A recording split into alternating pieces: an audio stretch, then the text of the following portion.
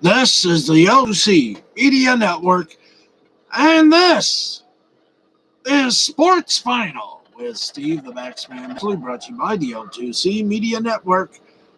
Scores sponsored in part by William Hill Sportsbook. Let's make it interesting, but let's make it interesting and responsibly. Now, with the details that make the headlines in the wild, wacky world of sports go round, and hopefully we'll do it without a break. Oh boy, twice we've had to do this. Here's Steve the Baxman Bex. Hey, how you doing? Good evening, everybody. Welcome to another edition of Sports Final, or for some of you, the Sporty Final. I like that. It's Sporty Ball. Okay. Without further ado, or don't, we're going to, once again, like we did yesterday, just dispose of the monologue and get you all the scores, the headlines, and everything else. Harry already made mention of that, so let's do this, shall we? Okay, we're over in Major League Baseball land. Let's take you now to the games that are still going. Like, for example, the bottom of the ninth inning, it is Toronto 6, Chicago White Sox 2. Now, let's get some final. Oh, in the end of 6, it's the Los Angeles Angels of Anaheim 5. The Kansas City Royals 1. Let's go to the hop. Thank you. Yeah, let's once more time. Let's go to the hop. And all the final scores. New York Yankees 9, Minnesota Twins 6. Oakland Athletics 4, Arizona Diamondbacks nothing, Chicago Cubs 3, San Diego 1. Philadelphia in a near rainstorm. By near rainstorm, they were playing in the rain. They weren't singing in the rain. They didn't stop the game. They let it continue before the weather hell was about to go upon them. I built it up and it was probably just a little drizzle. Philadelphia 2, Atlanta Braves 1. Well, I bet you Atlanta can't wait for Mandy Summers. I tell you. I mean, wow. Folks, get ready to get your hearts melted there in Atlanta. Great lady she is. Okay, can we pop up the rest of the score? So, great lady, and she's doing a lot with Comicscape. We salute her. Her and the rest of the folks of that is saving the industry of comicdom. And by the way, if you haven't done it yet, get on that email list at indigo.com for Jack the Ripper, done by Mandy Summers and Peter Gilmore. That is going to be, with the previews that they have shown, that is going to be an awesome thriller and chiller. All right, are we get the dang scores up? Oh, there we are. Okay, there we go. All right, let's do this properly, shall we? Okay, we ended there. Final scores. Here we got them. You want them? We got them. Let's get to it, boys. Okay, we left off with the Chicago Cubs beating San Diego Padres 3-1. Philadelphia over Atlanta 2-1. Baltimore, New York Mets swamp gassed the Baltimore Orioles 14-1. Colorado over Miami 4-3. Houston over Boston 8-3. Cincinnati over Milwaukee 7-3. And in 11 innings, it was a heartbreaker down in downtown Detroit as the Detroit Tigers. As the Detroit Tigers, I almost said the Detroit Lions, unwishful thinking upon the part. Detroit Lions, the Detroit Tigers lost to the Seattle Mariners by a score of 9-6. Boy, football season cannot come soon enough. Another 11 inning final. Washington defeated Tampa Bay 9-7. Yankees beat Minnesota. Obviously, it was a twin bill. Wasn't it a twin bill? No, it wasn't a twin bill. Yankees beat Minnesota 9-6. Cleveland lost to St. Louis 8-2, and there you go on that part of the insanity. Let's check out the NBA playoffs. Hey, LDG of Geeks, how are you, my friend? How do you do? Welcome aboard. I promise you, this thing is not going to break up. Goody. Okay, we got only one playoff game in the NBA, and that's late in the fourth quarter, about 3:38 remaining. Phoenix in Denver. Phoenix Suns lead the Denver Nuggets 111-87. Phoenix leads that series a 1-0, and it looks like they could be going 2-0. Boy, Phoenix is getting a little hot, isn't it? Yes, it is. Yes, it is. Okay. Now let's get over to the other side of midnight, other side of darkness. Also, there was only one game to report on in the NHL. And folks, if you're a Boston Bruin fan, don't be afraid. Don't be sad. We have towels and therapists available. They're known as bartenders.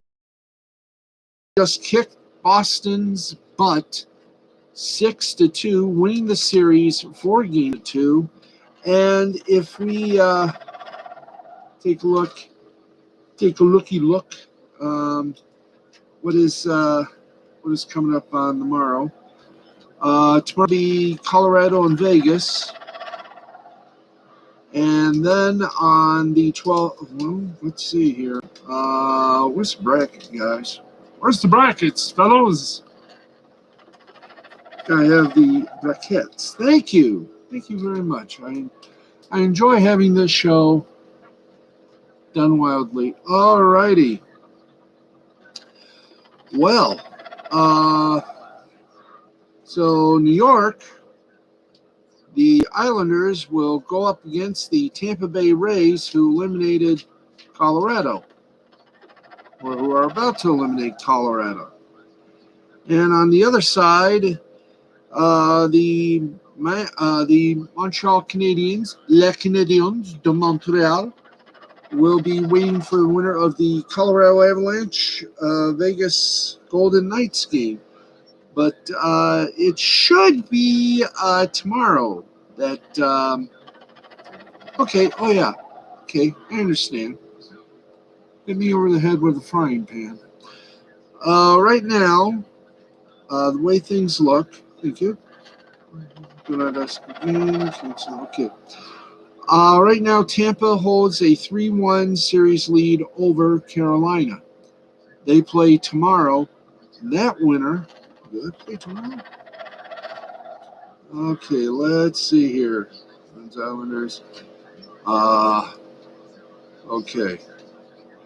Okay. I got it now. So in the so if I understand things correctly, and I probably don't.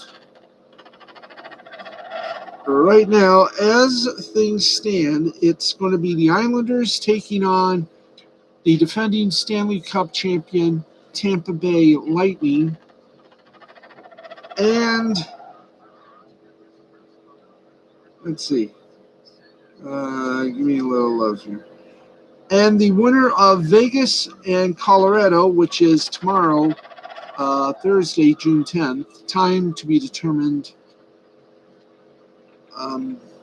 Let's see. The winner of the Colorado Avalanche Vegas Golden Knights game will take on the Montreal Canadiens in the Stanley Cup semifinals. So for you folks in Canada, you're going to have a wish come true. One of your the Canadians, the way they're going, they could be going to the Stanley Cup finals. And the folks with the Canadian TV rights are going to be in for a lot of loot. Hey, good job. All right. Enough of that. That's right. Okay. We'll have that. We will bring you that game coming up. By the way, we stalled a little bit. Phoenix now leads 116-91 over Denver. Okay, let's get to you some headlines before we get to everything else therein. In the National Football League, is this going to be fun for the Cowboys? While the bulk of attention in Dallas is being paid to how quarterback Dak Prescott continues to recover from his season-ending ankle injury from a year ago, the Cowboys have a little bit more of a problem. That's right. According to NFL Network's Ian Rappaport, star wide receiver Amari Cooper may not be ready for the start of training camp later this summer due to an ankle injury. Ow, ow, ow. That's right, due to an ankle injury. That's your cue. We're back.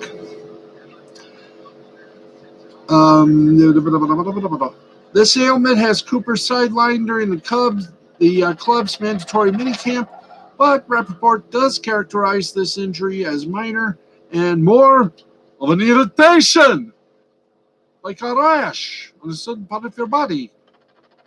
That simply requires rest to be fully healed.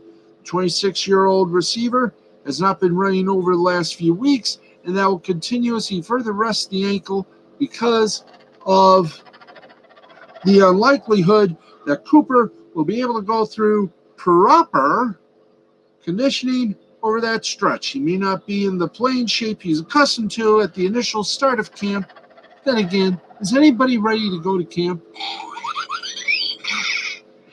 There he goes. All right. Dallas also begins training camp a bit earlier than most clubs this year due to their participation in the Hall of Fame game, which also contributes to Cooper possibly beginning camp on the injured list. Early on Wednesday, head coach Mike McCarthy addressed Cooper's injury.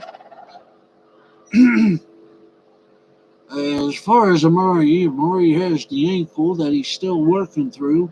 He won't participate the rest of the minicamp. I'm just hopeful he'll be ready for training camp. Now,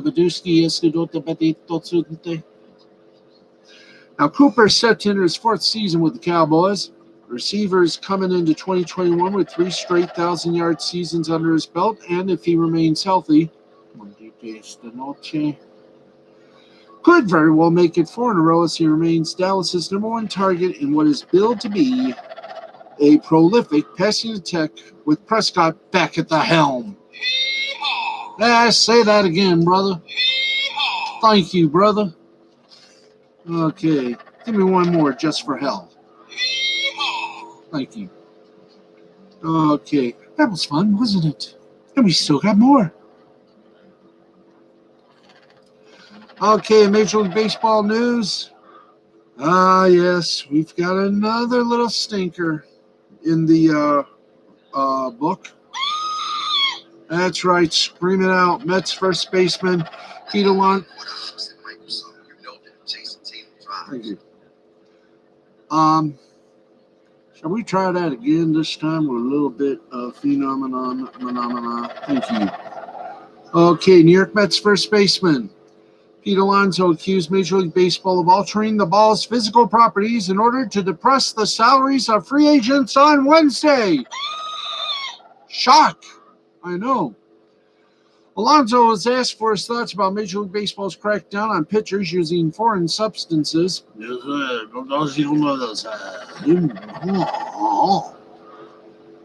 Dismissed that aspect as a non-factor for him before making his claim. Yes, we've all made those claims.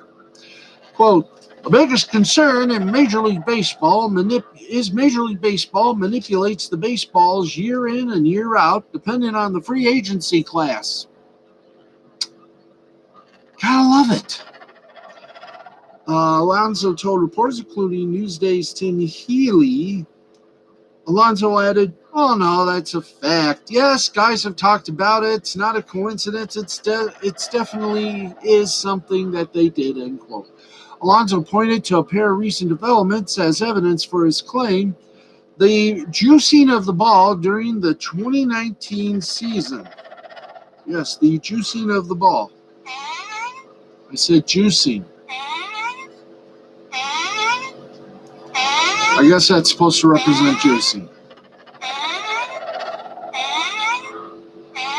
Okay, thank you. During the 2019 season, after which 7 of the top 10 free agents were pitchers.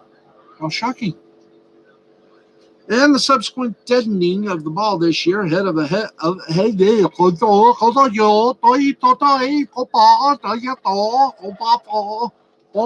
the bayou. For our friends in foreign lands, let's try that line again. Yes, let's try that line again, this time with a little smarter language than our own. Yes, friends, we screw up, now we reset. And we have now reset. After which 7 of the top 10 free agents were pitchers, and the subsequent deadening of the ball this year ahead of a hitter-heavy free agent class. Whereas Major League Baseball set an impossible number of home run records in 2019. The league as a whole, I don't know what kind of hole they are, is on pace in 2021 for lowest batting averages and highest strikeout rates in history. Now, whether or not one finds merit in Alonso's conspiracy theory, thank you. Uncalled for, but we thank you anyways. And it's reasonable to doubt that Major League Baseball is a competent enough organization from top,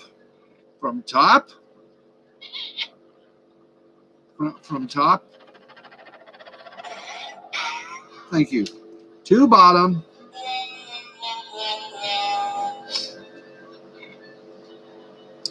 to pull off such maneuvers.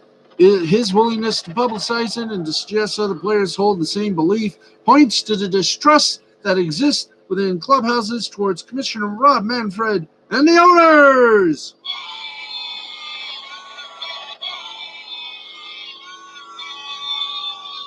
Thank you. Who let the baseball players in? That's a notable development given that the collective bargaining agreement expires in December and that the stage appears set for Major League Baseball's first work stoppage since the mid-1990s. Of course, for certain baseball teams, they've already suffered a work stoppage. Thank you very much, Wolfgang. Of course, you remember the 90s when a strike wiped out the 1994 World Series and ended only after owners brought in replacement players to begin spring training. Alonso, by the way, has had a few problems hitting the ball this season, no matter what the opposing pitchers are doctoring it with. Entering Tuesday, he was hitting .255, .343, .471 with 9 home runs in 181 plate appearances. Oh, boy, what fun that is. Okay, we are entering the moment of non-despair. That's right, we got more news for you, and then more scores, and then more of the madness. We got some NBA news. Let's give you some NBA news. And yes, it's about LeBron. That's right. Yes, it's about LeBron. Thank you. We'll accept either thing. When LeBron James takes to the floor next season for the Los Angeles Lakers, he could be wearing a new jersey number, or rather returning to a former jersey number we haven't seen since 2014. James is reportedly expected to change his jersey number from number 23 to number 6, per Seamus Shariana and Tim Cato of The Athletic.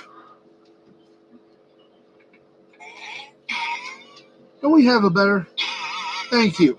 That was good. That was good. Our sound effects folks are having a ball tonight. They're back from vacation. It's been a long vacation. James almost changed his number in 2019 after the Lakers acquired Anthony Davis from the New Orleans Pelicans and was going to give number 23 to him, to Davis, the only number he's worn in his college and professional career. However, this change apparently isn't due to James's passing on the number to Davis, who will reportedly stay at number 3 next season. but rather a movie made in conjunction with the release of James's upcoming movie, Space Jam 2: A New Legacy.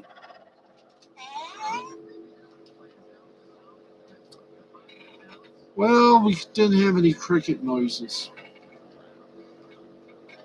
Sharina and Cato report that James will change his number following the release of the movie. LeBron has been seen wearing number 6 in clips of the new film.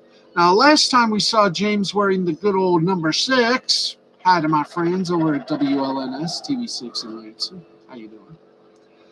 He was a member of the Miami Heat, where he won back-to-back titles in 2012 and 2013. And when he left Miami in free agency to return to the Cleveland Cavaliers following the 2013-2014 season, the four-time champ then went back to number 23 and kept it when he joined the Lakers in 2018. So, fa la la la la la la la la, or fa la la la la la oi. Okay, so once again, a movie. I'm still going to say it. Don't matter what he does. We all know who the greatest of all time is, basketball-wise. There's only two: Michael Jordan, Wilt Chamberlain, Bill Russell, and the man whose silhouette adorns the NBA logo, Mr. Jerry West. Oh, and Magic Johnson. Gotta say that here. You know, we may have Gretchen Whitmer as governor, but the actual as our real governor, but the true governor of Michigan is, of course, Irvin Magic Johnson. I keep say his name with respect, and you will be rewarded with millions of pennies raining down upon you. What else happens? I have no idea. All right. We're going to give you soccer scores in a few moments. I'm not going to tease you here, so let's give you the one thing. The United States men's national soccer team made quick work of Costa Rica tonight in an international friendly, taking home a 4-0 win over Los Ticos in Utah. The Americans, fresh off winning the CONCACAF Nations League final over Mexico, which ended with a few boos from the Mexican team fans who threw things. Again, fans, you buy the ticket, you're supposed to act like fans. But in this case, we have to make an exception because the U.S. versus Mexico in soccer is the biggest, the hottest feud in sports. Yes, next to the Yankees and the Red Sox, the Bears and Packers, I don't think there's been a feud in hockey. Oh, yeah. Red Wings and Maple Leafs. There's feuds, and then there's feuds. But U.S. versus Mexico, oh, brothers and sisters, that is more than a feud. That is a disarmament meeting.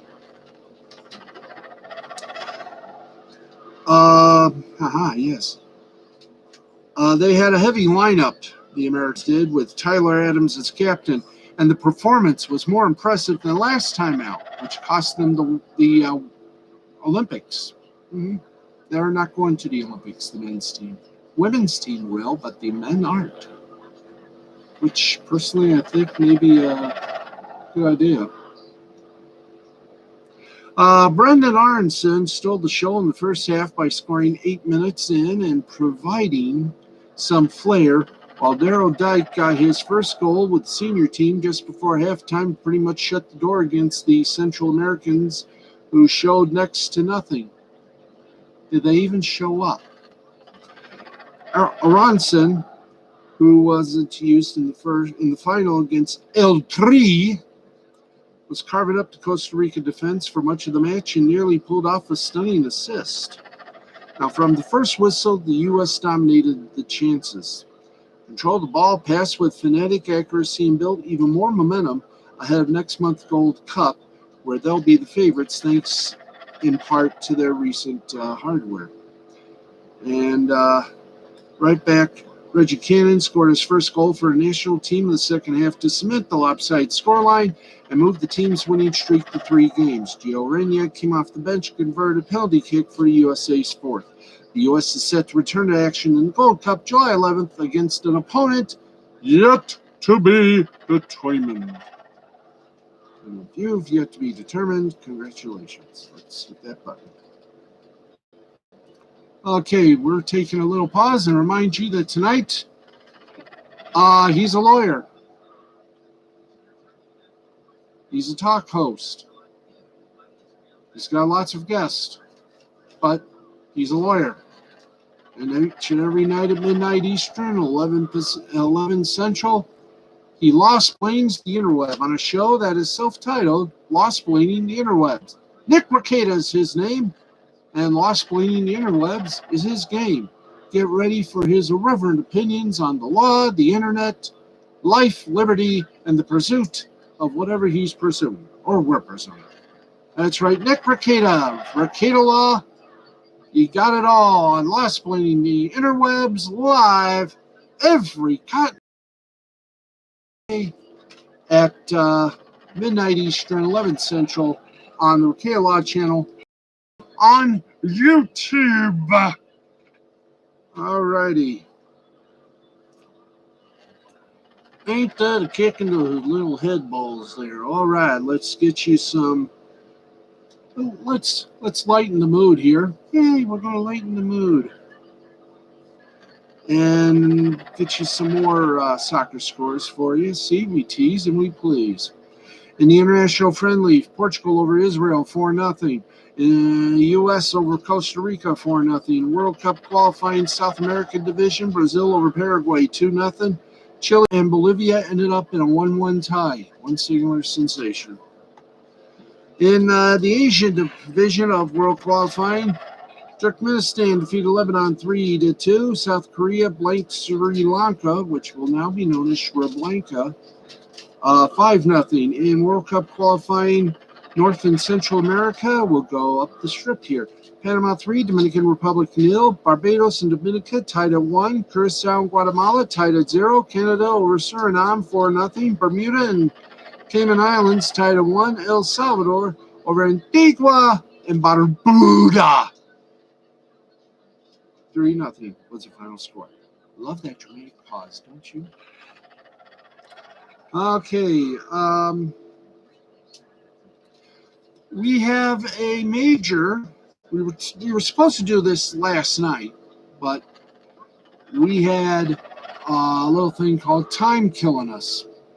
So we're going to do it right now. Yesterday, the shocking retirement of wrestler Lio Rush after suffering a shoulder injury made him decide that it's time to hang it up because, in his words, he was getting a little depressed not being able to wrestle.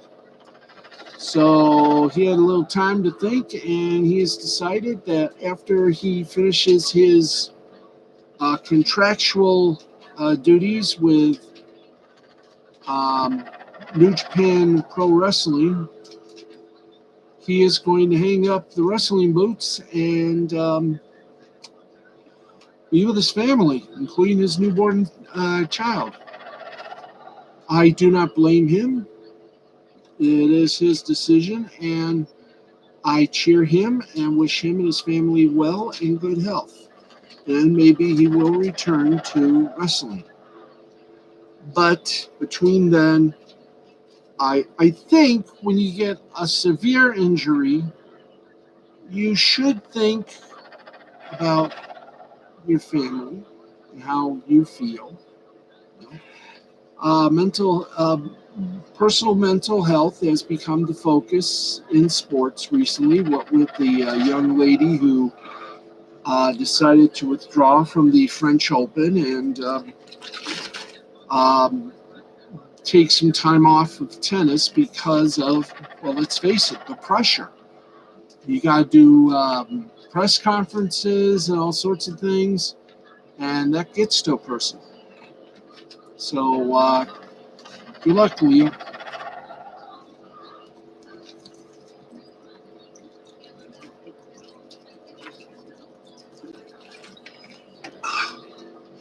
Ugh. Water. Water, life-giving. All right, let's get you some wrestling news. And Nikki Bella is reportedly going back to pro wrestling. That's right. The Bella twins are coming back. The sister duo have expressed heavy interest in getting back inside the square circle for just about a year and even got a little physical at April's WrestleMania. Now that both Nikki and Brie have given birth and been mothers for a little while, conversations about returning to wrestling have resurfaced. Speaking on Entertainment Tonight, Brie Bella emphasizes a certain title is what piques her and her sister's interest in getting back in the ring. Now, beyond the temptations of gold, Brie recounted a specific in-ring memory that she wants to rekindle with her children in the crowd. Excusez-moi. Now that Birdie is foreign, we are talking about when the boys get a little older, too. To have your kids watch what we do in the ring would be really special for us, Brie said. I'll never forget the moment when I wrestled Stephanie McMahon at SummerSlam. To see her three little girls, they were little at the time, to see their faces. When we came back, they looked at their mom like she was a superhero. I want that one day. I just thought that was the coolest thing. Now, AJ Styles once used the t-shirt tagline, never rest, never rust. Nikki seems to be taking that approach to wrestling again, as the longest reigning Divas champion confirmed she is already training. As for next generation of Bellas, Brie said the squared circle sees the squared circle in her son Buddy's future. Nikki said her son Mateo leans on the side of his father, professional dancer Artem Shigvinskev. So one is going to wrestle and the other is going to appear on cheesy reality show, on a reality dance show.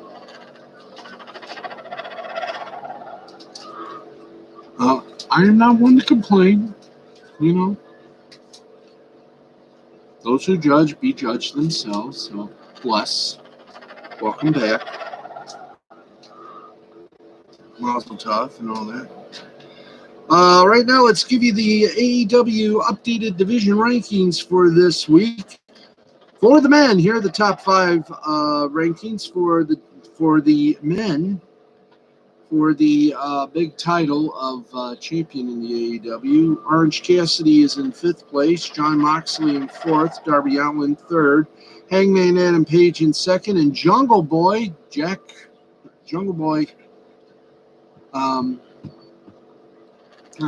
I'll just call him Jungle Boy.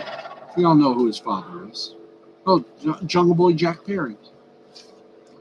Looks like his father. Without the long curly hair. I wish I had long curly hair.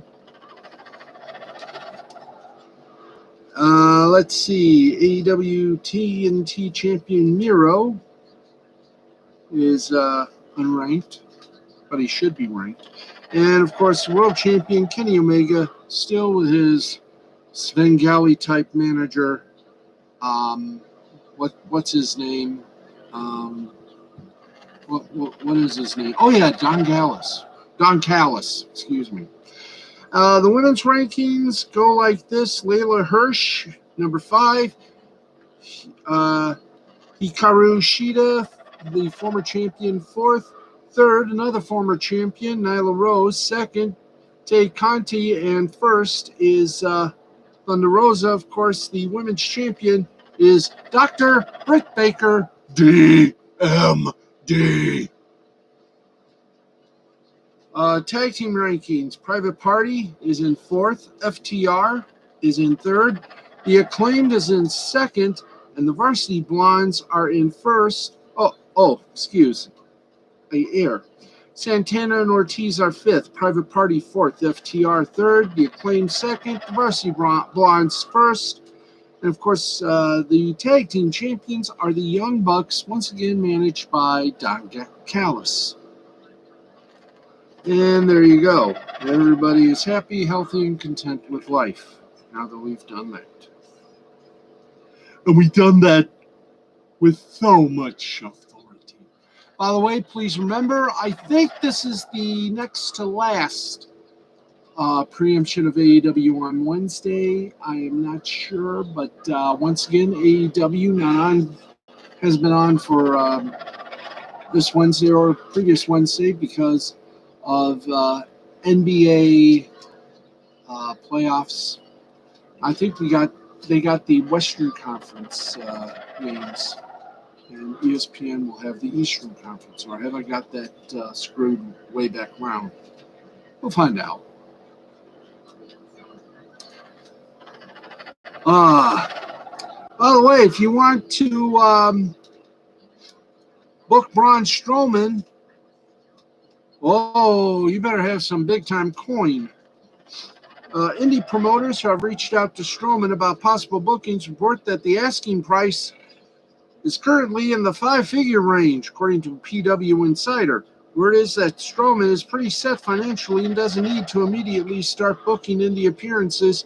However, it was said that if a promoter comes along and meets the right price, Strowman would be interested. He is reportedly under the standard WWE "you can't do guano for 90 days" contract, non-compete, which would expire on Tuesday, August 31st. Unless Vince McMahon has a change of heart, I have a feeling you might see Braun at the not on AEW. No. Okay, Sunny. There are sunny skies out. Tammy Sunny Stitch, Hall of Famer, WWE, is no longer in jail.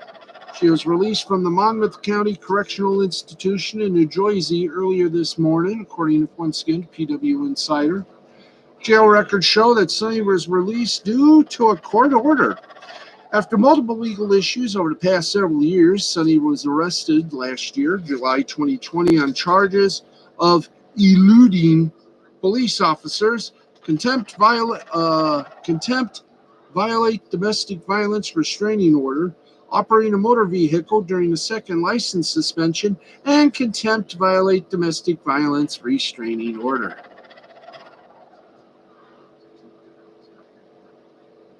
Is this woman a sadist? Come on. Get your act together, lady. Get clean. A pro wrestling veteran has been locked up over legal troubles in multiple states since 2012, including New Jersey and Pennsylvania. I know she doesn't view this thing, but if she did, you know what I'd tell her? Sit down, get help, get your damn act straight. Start listening to people who have your best interest in heart. They care about you. They don't want to see you be a wreck. In other words, Sunny, Miss Stitch,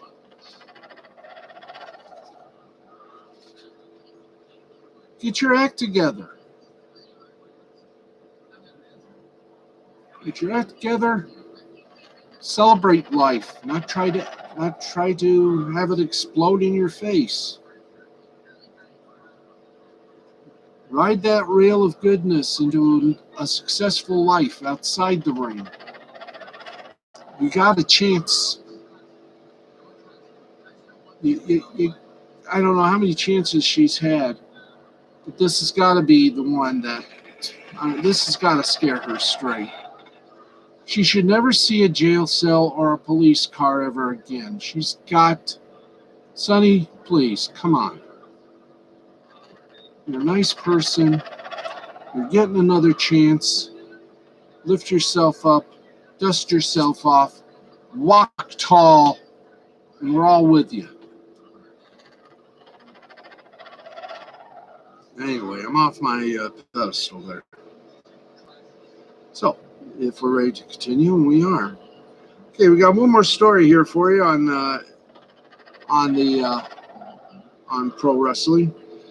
And in the past, AEW Sammy Guevara has talked about how helpful Chris Jericho has been to him in certain situations. Well, in an interview with the Busted Open Radio podcast, Guevara delved deeper into how his Inner Circle teammates have been there for him. Guevara said, when asked what advice Jericho has given him, just taking your time in between the moments, structuring certain things. He's such a mastermind at this. There's a reason he's been doing this longer than I've been alive. And so anytime he says something, I always try to just take it. And even if I don't see what he's seeing, I try to understand it from where he's coming from. Then by the end, I'm like, okay, now this makes sense. He has a different way of thinking. I don't even know he's a genius.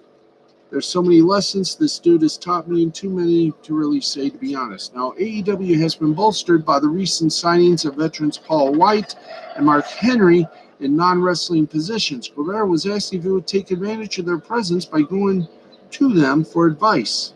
He said 100%. And he was also asked which producer he sought out the most for advice. He revealed his go-to man is former ECW and Ring of Honor champion, whom I've seen wrestle personally for a legacy promotion called Big Time Wrestling, AWWL, the Farhats organization. We miss you, Eddie and Tom. Props. And if you see Brody Lee, salute. Jerry Lynn was his answer. He kind of understands where I'm coming from where I'm trying to do some crazy thing or whatnot, like I'm trying to be remembered in that moment, but he's also kind of structured certain things in a certain way, like where it's, well, we can't do that right here because of this reason. It kind of brings me back to earth, but like in such a way that I'm not offended by it or whatever. And there's a lot more he said. Busted Open Radio is the place to go. Or you can just hit up wrestlinginc.com. That's where our news comes from. And we thank them always and forever. Okay, folks. Thank you. Oh, yeah. I keep forgetting where we go from here. It's been what? We're almost at that moment of crime and punishment. And it ain't no crime and it ain't no punishment. Okay, let's give you more scores if we can as we kind of wrap things up here. Okay, in the world of basketball, in Italy, in the playoffs there in Lega A, Virtus Bologna over Olimpia Milano, 76-58. In Spain, basketball, Tenerife over Barcelona. Thank you. 80-68. In the great thing known as baseball, let's go to Japan. The Yakut Swallows defeated the Chiba Marines 5-3. Taguchi got the win for the Yakut Swallows. He's 3-4. Awashida got the loss for the Chiba Marines. He's 4-4. Cebu Lions to Yokohama Bay Stars ended in an 8-8 tie. No winner, no loser in that one. The Fukuoka Hawks, they took care of the Hiroshima Carp 8-4. Here we go. Let's take the deepest of breaths.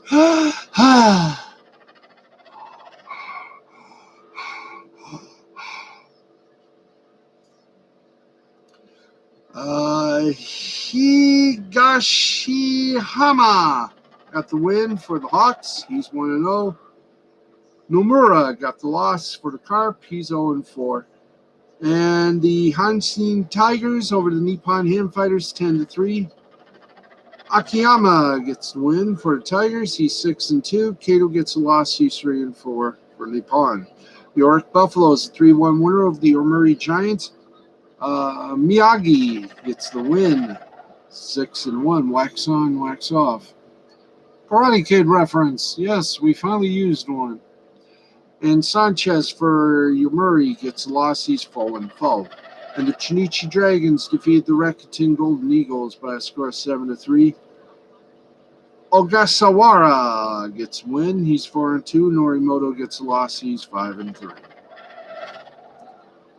And in South Korea, where the wind blows mainly on the plain, the Kabum Heroes over the Hanwha Eagles 6-2. Jokic gets the win. He's 7-4. Carpenter, we only just begun, gets a loss. He's 2-6. The LG Twins over the NC Dinos 6-3. Lee Woo Chan gets the win for the Twins. He's 1-0. Kim Young Kyu goes 3-3 with the loss for the Dinos.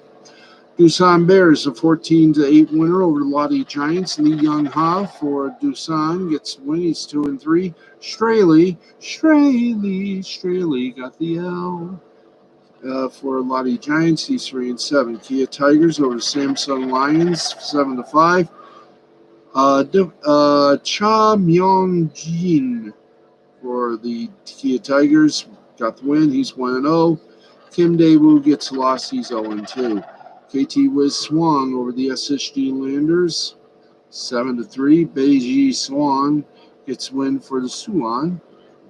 6-3 is his record. And Lee Jeong-wook gets lost. He's 0-2.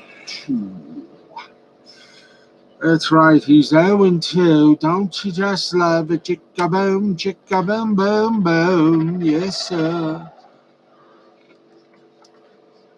A little high right up there. Glad you can be here for the stream, the marvelous stream. Everybody knows it's streamy. It's streamy. For fun, it's a wonderful night. For fun, it's a wonderful night.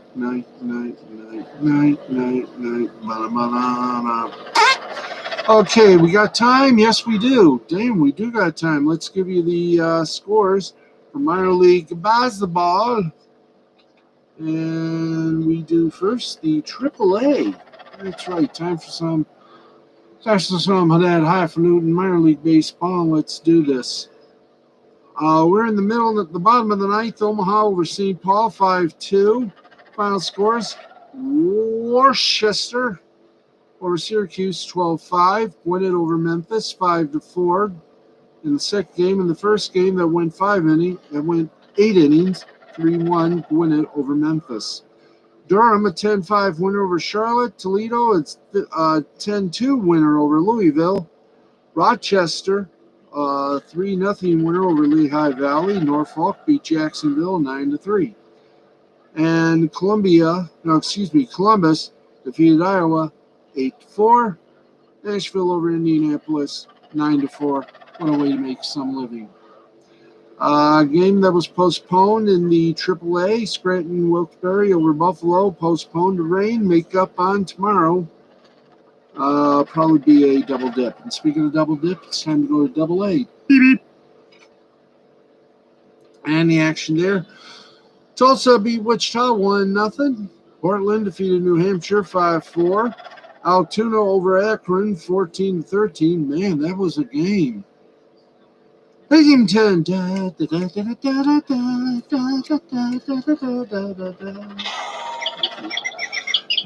a 9-1 winner over Bowie.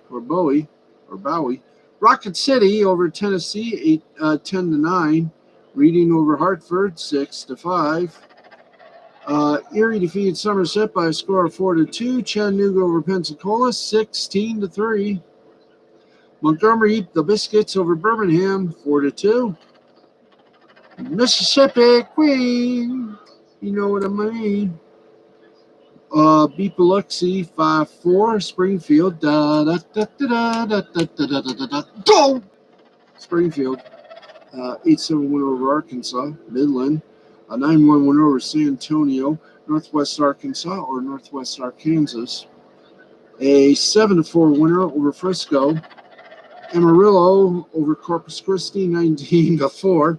Harrisburg and Richmond were postponed due to rain. Their makeup will be on the 10th. And from AA, we go to High A. Bottom of the 12th inning. Oh, this game should go to the final, which personally I think it will. South Bend beat Wisconsin 13-12. Top of the 8th inning, it is Vancouver 9, Spokane 2. Bottom of the 5th, it's Everett 6, Eugene 2. Hillsboro over Tri-City, 7-2. Hudson Valley over Brooklyn, 3-2. Brooklyn over Hudson Valley in game 1, 5-3. Rome over Asheville, 8-4. And Winston-Salem beat Greenville by a score of 6-4. Rome over Asheville, 5-3. Greensboro over Hickory, 13-5. Lansing beat West Michigan, 8-1. Lake County over Fort Wayne, 3-2. Dayton over Great Lakes Loon, 6-5. Bowling Green over Aberdeen, 7-5. Peoria over the Quad Cities, 4-3. Cedar Rapids over Beloit, 8-2. And this game was suspended at the bottom of the second. It'll finish tomorrow. Jersey Shore leads Wilmington 1-0. And the second game of the Twilighter is also postponed. No telling when that will be made up or if it will be made up. So there you go.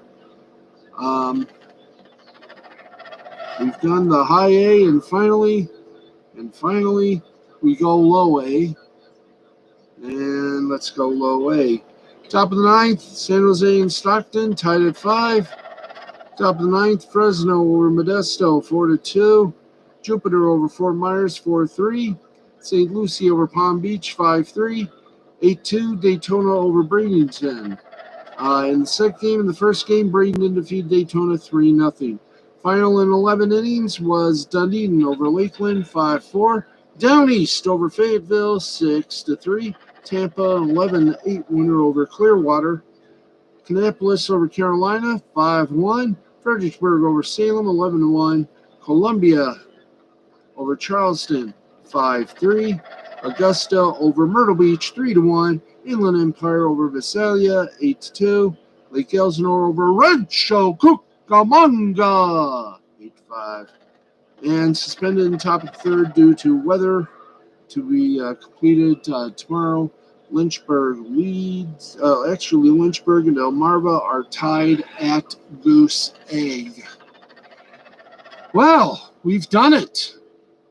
Another hour in the books, and we thank you all for tuning in. Tomorrow should even be more funner, more exciting. Please tell your friends, tell your neighbors, tell your dog, tell your cat, tell the pigs, tell the geese, tell the world that there's a show that's sports and does what it can to entertain you. We hope we did with scores and everything else. We try to put a little fun in it. Sometimes it works. Sometimes it takes a little while to even make it work. But we do our best with what we have. And we hope you enjoyed it. We'll see you tomorrow night. Same time. Same wonderfully insane place to be. That's right here on the YouTube channel. YouTube.com/Lugnuts and the number 6. Lugnuts 6. Thank you all very much for tuning in. We'll be back tomorrow. We'll probably do this show with sunglasses and a cat.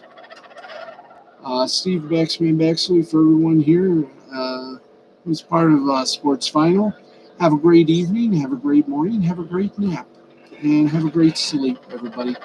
It's been fun. We'll see you tomorrow night. This has been a presentation of Mystifying Creativity Productions in association with the L2C Media Network and L2C Sports. We'll talk to you tomorrow. Steve the Baxman Baxley. Good night, everybody.